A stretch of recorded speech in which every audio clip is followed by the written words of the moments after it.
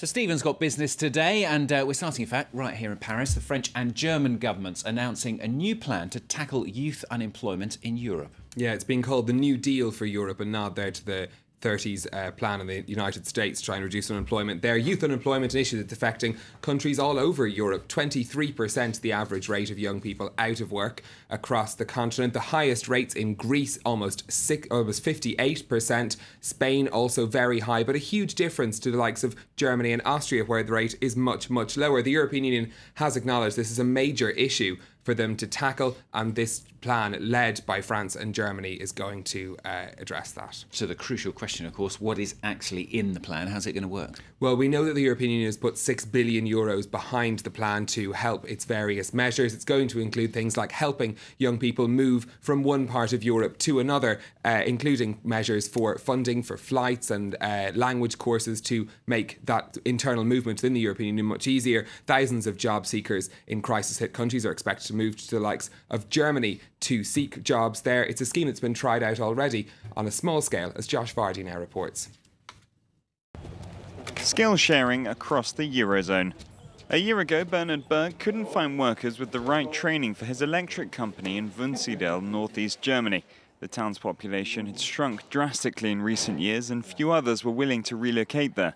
Berg decided to expand his search to Spain, the region of Padron in particular, where around 1 in 4 people are out of work. We went to Spain with a queasy feeling. Nobody knew what the reaction in Spain would be.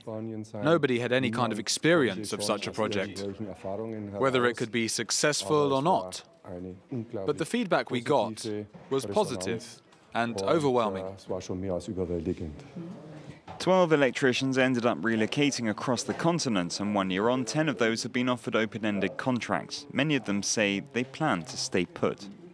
This project was introduced to me, and it seemed interesting because it's a way of learning another language, learning another culture and another way of working. And now that I'm here, I'm very happy getting to work with other people, and I'm liking it. The project may have been a success, but industrialists say Europe as a whole faces a growing skills shortage. German Engineer Association VCI says the country is in need of 70,000 trained engineers. Without those workers, companies may be forced to relocate some or all of their business overseas. China's colleges, for example, produce 400,000 trained engineers every year. Yeah, we can but hope, of course, it'll make a little bit of a difference. What are the markets? How are they trading today? Well, good news in Tokyo. After the past couple of days of losses, the Nikkei has reversed its trend, back in the green, up 1.37% today.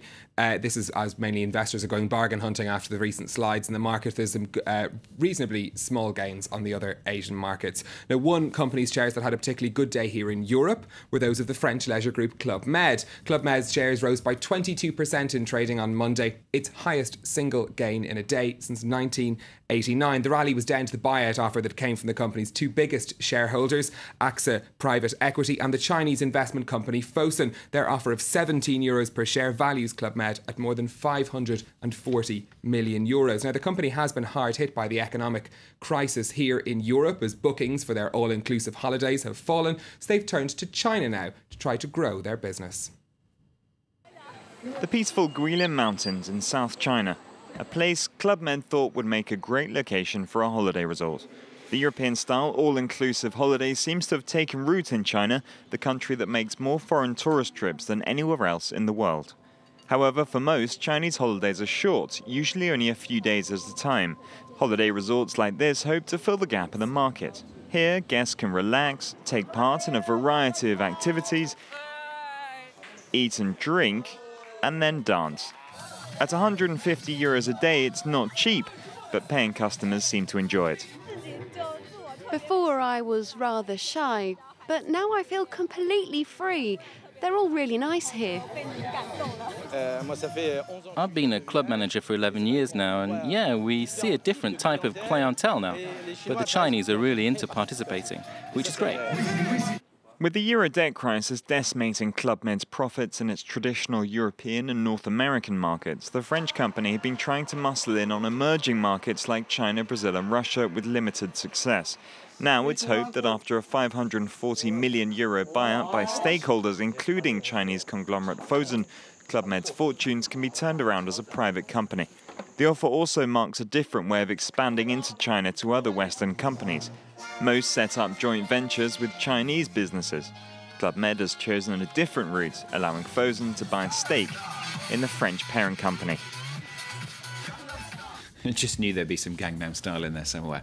Quick look at some of the day's other business news now. And the French utility company GDF Suez is to buy a 9% stake in the gas pipeline project that will link Europe to the Caspian Sea. GDF Suez bought its share from the Vienna-based OMV oil and gas company. The Nabucco project will initially connect Austria with Turkey and aims to bring as much as 31 billion cubic metres of gas to Europe by 2017. The Canadian drugs manufacturer Valeant says it'll pay $8.7 billion to buy Bausch & Lomb, one of the world's best-known makers of contact lenses. The deal will mean an expanded eye care business for Valeant with annual revenues of more than $3.5 billion. The company says it targeted the business because of increasing demand for contact lenses because of ageing populations. Germany's Bild newspapers to make readers pay for reading its content online from next month. Bild is Europe's top-selling newspaper and its online offering is Germany's most popular news website. The title's owner says they're following the trend towards paying for online news.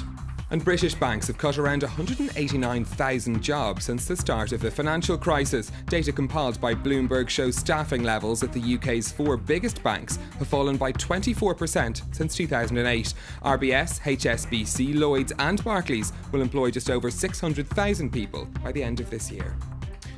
And finally, we've got some great news for France. Very good, particularly if you're into your fizzy wine. China officially recognising an important French product, isn't it? That's right, champagne, the one and only sparkling wine here in France. The best. Champagne has been officially recognised by the Chinese authority as a label and a brand. That means you can only use the name if it comes from the region of France of the same name. Different situation from the United States, where it's estimated that half of all sparkling wine is missold under the label champagne. Now, sales of the fizzy wine have soared in recent years in China, up 52% in the last year to almost 2 million bottles sold, making the country the 12th largest market for the product. Now, the brand recognition itself is expected to help sales, but also because the word for champagne in Chinese includes the character for fragrant, whereas the word for sparkling wine includes the character for blister. So I'm glad you said blister rather than something worse. Producers thinking that fragrant may appeal to consumers a little more. You told me you'd had a